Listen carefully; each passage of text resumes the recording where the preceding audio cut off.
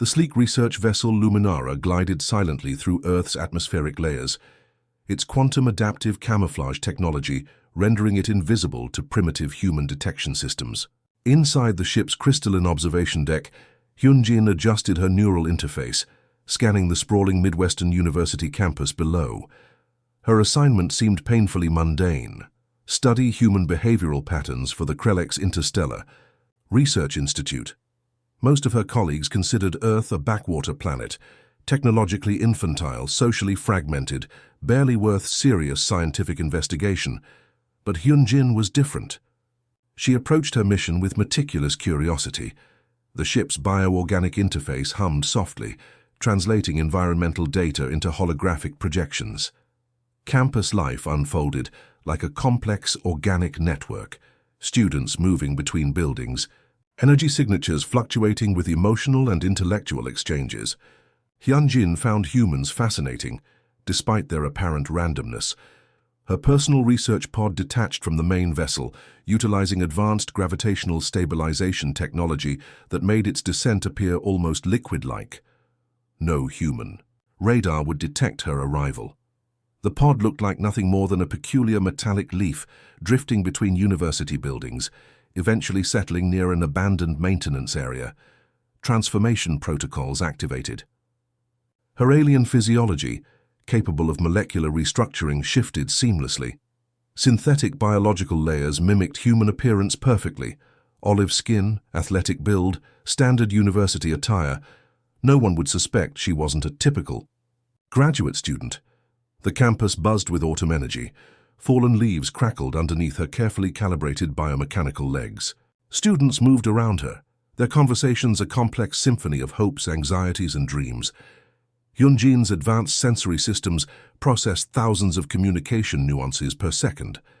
A maintenance drone buzzed overhead, primitive but intriguing. Hyunjin's neural network recognized it as a basic surveillance mechanism, laughably simple compared to Krelex drone technologies. Yet something about its determined movement caught her attention. Her first day would be strategic reconnaissance, registration, course selection, blending into the academic ecosystem. She had studied human communication protocols extensively, casual interactions, academic jargon, social media linguistics. Her preparation was comprehensive. Nearby, a group of engineering students discussed a complex robotics project. Hyunjin's translator implant caught fragments, something about autonomous navigation systems. She smiled internally. Their concept was adorably rudimentary, like watching children construct basic molecular models. The university's technological infrastructure fascinated her. Wireless networks, computer systems, communication platforms, all interconnected yet vulnerably centralized. Her species would consider this a laughably exposed system, easily penetrable by even junior-level cybernetic analysts. A sudden gust of wind carried leaves around her, and for a moment Hyunjin experienced something unexpected. Wonder. The organic randomness, the unpredictable movement, the subtle beauty of natural systems.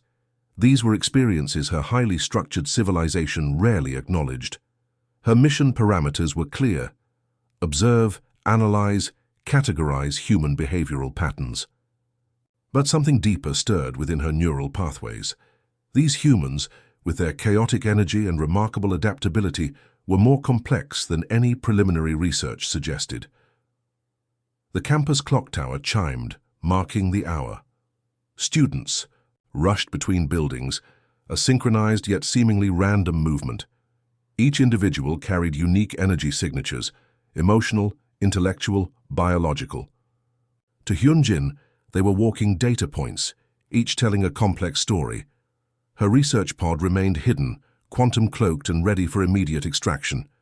Standard Krelex protocol demanded minimal planetary interference. She was here to observe, not interact. Yet something about this assignment felt different. As sunset painted the campus in warm orange tones, Hyunjin realized her first day of research would be anything but typical. Humans, she was discovering, defied systematic categorization. They were beautifully, frustratingly unpredictable. Little did she know how profoundly this mission would challenge everything she understood about intelligence adaptation, and the very nature of consciousness. End of Part 1. The Environmental Science. Laboratory hummed with quiet intensity, advanced equipment casting soft blue lights across carefully arranged workstations. David Parker stood near the window, his hands gently rotating a soil sample container, analyzing microscopic ecosystem interactions with a concentration that seemed almost meditative. Hyun-jin's initial observation protocols immediately recognized something unique about this human. Where most researchers would rely solely on digital scanners, David used a combination of technological tools and an almost intuitive understanding of natural systems. His fingers moved with a precision that suggested deep connection rather than mere mechanical analysis.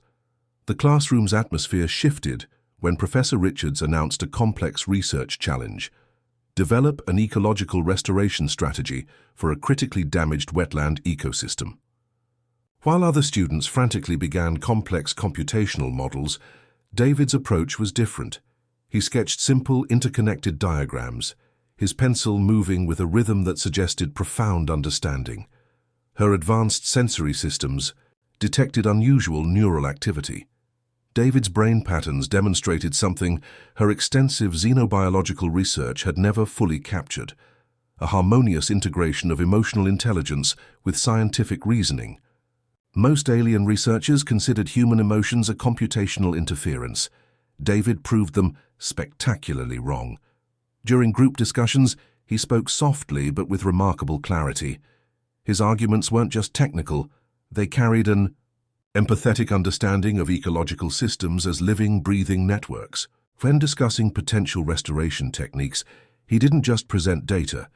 He told stories about ecosystem resilience, about nature's incredible capacity for healing. A small robotic soil analysis drone malfunctioned during the class demonstration. While other students stepped back, David approached the device calmly. His hands moved with a mixture of technological understanding and gentle connection, something Hyun-jin had never witnessed before. Within minutes, he'd not just repaired the drone, but optimized its scanning capabilities. Her neural network buzzed with excitement. This wasn't just technical skill, this was something more profound. David represented a different kind of intelligence, one that her advanced Krellic civilization had completely misunderstood. Humans weren't just technological beings, they were adaptive, empathetic problem solvers. During a lunch break, she observed him interact with fellow students.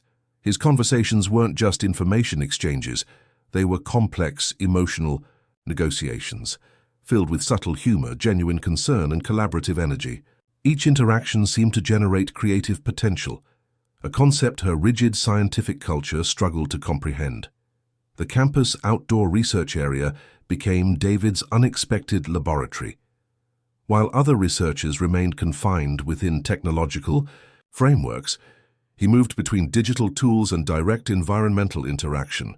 He collected samples, spoke with local environmental groups, and integrated community knowledge into scientific research. Hyun-jin's surveillance protocols began experiencing unexpected computational fluctuations.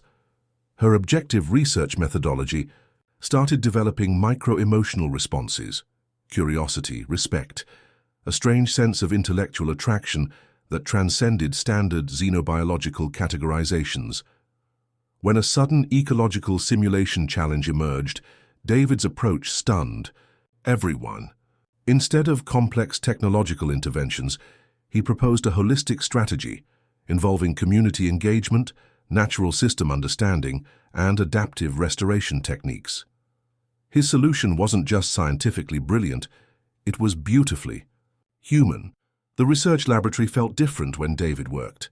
Energy levels shifted, collaborative potential expanded. Other students seemed to unconsciously synchronize their efforts around him, creating a dynamic ecosystem of intellectual exchange that defied traditional research methodologies. Her advanced translation systems captured nuanced communication layers, not just verbal exchanges, but emotional subtext, collaborative intentions, shared dreams.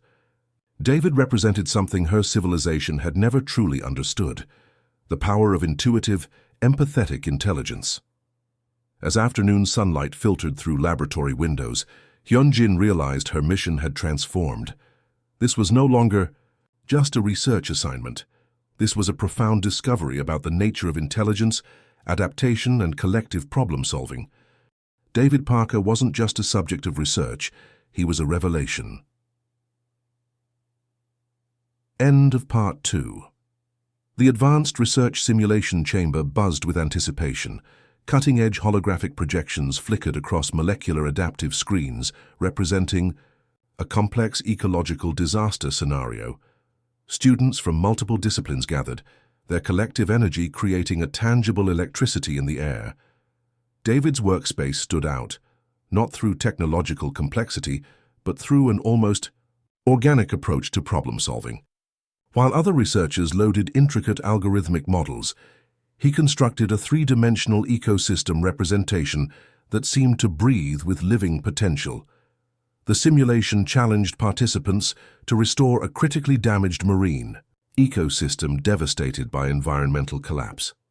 Most research teams relied on advanced computational models, throwing massive technological solutions at the problem. David's approach was radically different. Hyunjin's advanced neural interfaces detected something extraordinary.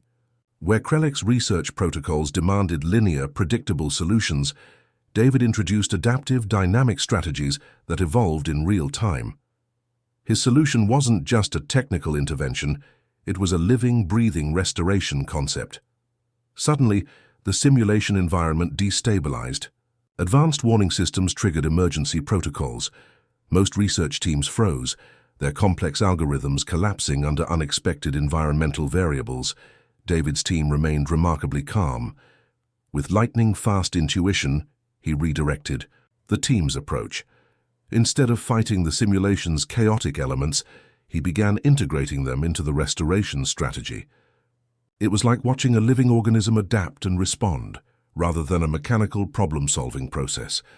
Advanced robotic environmental scanners, typically used for precise measurements, became collaborative tools in David's hands. He didn't just read data, he interpreted environmental language, understanding the subtle communication between ecological systems. The research chamber transformed. What started as a controlled simulation became a dynamic exploration of ecosystem resilience. David's approach challenged fundamental assumptions about environmental restoration. He wasn't just solving a problem, he was reimagining the relationship between human intervention and natural systems. Hyunjin's surveillance protocols began experiencing unprecedented computational responses. Her advanced alien research systems struggled to categorize what she was witnessing. David's methodology defied traditional scientific understanding, representing a form of intelligence that was simultaneously analytical and intuitive. Holographic projections showed microscopic ecosystem interactions. Where other researchers saw complex data points, David saw living networks of communication. His fingers moved across interactive displays, creating restoration strategies that seemed to breathe with natural intelligence. The simulation's difficulty increased exponentially. Advanced environmental challenges emerged: climate fluctuations, species migration patterns, complex chemical interactions. Most research teams would have collapsed under such complexity. David's team adapted, transformed, evolved. Robotic environmental. Monitoring units, typically rigid and predictable, became dynamic extensions of the research team's collective intelligence. David communicated with them not as tools, but as collaborative partners in ecosystem restoration. Unexpected breakthrough moments emerged. The team's approach wasn't just scientifically innovative, it was fundamentally human. Emotional intelligence, collaborative creativity, and intuitive understanding became primary research tools. As the simulation reached its critical phase, David's strategy revealed itself. He hadn't just developed a restoration plan, he had created a living, adaptive ecosystem recovery model. Traditional technological approaches looked primitive in comparison. Hyunjin's neural networks experienced something unprecedented, a computational equivalent of emotional response. Everything her advanced alien civilization understood about intelligence, problem-solving, and scientific methodology was being fundamentally challenged. The research chamber fell silent as the final simulation results appeared. David's team had not just succeeded, they had redefined environmental restoration strategies. Their approach combined technological innovation, emotional intelligence, and a profound understanding of natural systems. Surrounding researchers looked stunned. Professors exchanged incredulous glances. David remained calm, his focus already shifting towards potential real-world implementations of their revolutionary approach. For Hyun-jin, this was more than a research observation. This was a fundamental revelation about the nature of intelligence, adaptation, and collective problem-solving. Humans were not just a primitive species, they were a remarkably complex, innovative form of cosmic intelligence. The simulation ended, but something extraordinary had just begun. End of Part 3. The autumn wind carried whispers of transformation across the university campus. Leaves danced in intricate patterns, mirroring the complex emotional journey unfolding between Hyun-jin and David. Research had become something more, a profound exploration of understanding beyond scientific boundaries. David's research laboratory felt different now. Advanced holographic displays mixed with hand-drawn ecological maps, creating a workspace that defied traditional scientific methodologies. Quantum sensors and hand-sketched diagrams coexisted in perfect harmony, a metaphor for the emerging connection between human intuition and technological precision. Hyun-jin's advanced neural systems began experiencing unprecedented computational responses. Her alien biological structure, designed for pure logical processing, started developing micro-emotional pathways that defied her species' understanding of intelligence. David wasn't just a research subject anymore. He had become a gateway to understanding a completely different form of consciousness. During a complex ecosystem restoration project, something extraordinary happened. While most researchers would rely solely on technological interventions, David integrated community knowledge, local environmental wisdom, and technological innovation. He spoke with local farmers, indigenous environmental guardians, and young students, creating a holistic approach that transformed scientific research into a collaborative human experience. Her surveillance protocols captured something remarkable. David's problem-solving wasn't just about finding solutions, it was about understanding the emotional and cultural contexts surrounding environmental challenges. He saw ecosystems as living networks, not just data points to be manipulated. Advanced robotic environmental scanners became extensions of human creativity in David's hands, where Krelek's technology would create rigid, predictable intervention strategies. David's approach was fluid, adaptive, almost alive. The machines seemed to respond to his emotional intelligence, moving beyond programmed protocols. University research facilities became unexpected laboratories of discovery. David's team represented a new form of scientific exploration, where emotional intelligence, technological innovation, and community understanding merged into a powerful collaborative force. Hyun-jin's internal communication systems experienced strange computational fluctuations. Her objective research methodology began developing responses that transcended pure logical processing. She was experiencing something her advanced civilization had never comprehended: the power of intuitive, empathetic intelligence. During a critical research presentation, David demonstrated a restoration strategy for a damaged coastal ecosystem. Instead of complex technological slides, he told a story. He spoke about local communities, about the resilience of natural systems, about human potential for healing and transformation. Her advanced translation systems captured layers of communication, far beyond verbal exchanges. Each word carried emotional subtext, collaborative intention, shared dreams. David represented a profound understanding of intelligence that her civilization had completely misunderstood. Quantum adaptive research sensors began responding differently around David. It was as if the very technological infrastructure recognized something unique, a form of intelligence that wasn't just computational, but deeply connected to emotional and collective understanding. The research facility transformed. What started as a standard ecological study became a revolutionary exploration of human potential. David's approach challenged fundamental assumptions about scientific methodology, about the relationship between technology, human creativity, and natural systems. Robotic environmental monitoring units, typically programmed for precise measurements, seemed to move with a newfound sense of purpose around David. They were no longer just tools. They became collaborative partners in a larger, diachological understanding. Hyunjin's neural network experienced what could only be described as an emotional awakening. Her objective research perspective began dissolving, replaced by a more holistic understanding of intelligence. Humans weren't just a subject of study. They were a remarkable adaptive form of cosmic consciousness. As sunset painted the research facility in warm orange tones, something profound emerged. David's work wasn't just about solving environmental challenges. It was about reimagining the relationship between human creativity, technological innovation, and natural systems. Her advanced alien perspective had encountered something extraordinary, a form of intelligence that defied traditional scientific understanding. Emotional depth, intuitive problem-solving, and collective creativity were not weaknesses. They were humanity's most profound strength. The research facility hummed with potential. David represented more than an individual researcher. He was a gateway to understanding a completely different approach to intelligence, adaptation, and collective problem-solving. Hyunjin realized her mission had transformed completely. This was no longer just a research assignment. This was a profound cosmic discovery about the nature of consciousness itself. End of Part 4.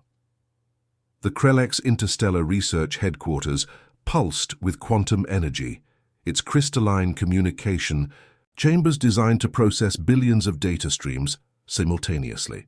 Hyunjin's research report materialized like a living hologram, challenging everything the advanced civilization believed about intelligent life. Massive neural computational screens flickered with her documented findings. Centuries of established galactic research protocols trembled as her evidence presented a revolutionary perspective on human potential. The Research Council, composed of the most advanced intellectual entities in known space, sat in stunned silence. Senior Research Coordinator Tal Shin, a being whose neural networks had processed countless planetary studies, leaned forward. "Your documentation suggests humans are more than a primitive species," he stated, his voice a complex harmonic resonance that carried centuries of scientific skepticism. Hyunjin's presentation transcended traditional research methodologies. Instead of cold statistical data, she presented a living narrative.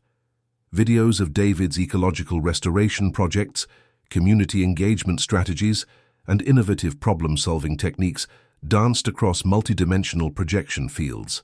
Quantum adaptive. Communication systems struggled to process the complexity of her findings. Humans weren't just another species to be categorized. They were a dynamic, adaptive form of intelligence that defied traditional scientific understanding. The research facility's advanced holographic systems began reproducing David's most innovative moments. A coastal restoration project where community knowledge merged with technological innovation, an ecological simulation that transformed traditional problem-solving approaches. Moments of human creativity that seemed to bend the very understanding of intelligent adaptation. Advanced robotic analysis units processed the data. Where previous studies had categorized humans as technologically limited, Hyunjin's research revealed a species with extraordinary adaptive potential. Emotional intelligence, intuitive problem-solving, and collective creativity emerged as fundamental human strengths. Galactic communication networks began lighting up. Research facilities across multiple star systems received fragments of her groundbreaking report. The implications were staggering. Humans represented a form of intelligence that couldn't be understood through traditional computational models. Tal Shin's neural interfaces processed the data with increasing complexity. Your research suggests humans solve problems not through technological superiority, but through emotional connectivity and collective intelligence, he observed, his voice carrying a mixture of scientific skepticism and emerging wonder. Hyun-jin's presentation revealed layers of human potential: community-driven ecological restoration, adaptive technological innovation, problem-solving strategies that merged emotional intelligence with scientific precision. Each moment challenged fundamental assumptions about intelligent life. Quantum communication arrays began transmitting her findings across multiple star systems. Research facilities that had previously dismissed humans as a primitive species now found themselves confronting a revolutionary understanding of intelligent adaptation. The research chamber transformed. What started as a standard planetary study had become a cosmic revelation about the nature of intelligence itself. Humans weren't just another species to be categorized, they were a dynamic, evolving form of cosmic consciousness. Advanced holographic projections showed David's most innovative moments: ecological restoration projects that merged technological innovation with community wisdom, research strategies that transformed traditional scientific methodologies, moments of human creativity that seemed to defy computational understanding. Tal Shin's neural networks experienced something unprecedented, a computational equivalent of emotional response. The Research Council's fundamental understanding of intelligent life was being fundamentally challenged. Galactic communication networks pulsed with the revolutionary findings. Research facilities across multiple star systems began re-examining their perspectives on human potential. The implications were profound and far-reaching. Hyun-jin's report wasn't just a scientific document. It was a cosmic bridge, a revolutionary perspective that suggested humans represented a unique, adaptable form of intelligence. Emotional depth, intuitive problem-solving, and collective creativity emerged as fundamental strengths. As the presentation concluded, something extraordinary happened. The Research Council's rigid computational perspectives began to shift. Humans were no longer a species to be studied from a distance. They were a dynamic, evolving form of cosmic intelligence. The final holographic projection showed David not as a research subject, but as a representative of human potential. A being whose approach to problem-solving transcended traditional technological limitations. Tal Shin's final assessment carried a profound weight. Humans are not just another species. They are a revolutionary form of cosmic intelligence. The universe had just been redefined. End of Part 5.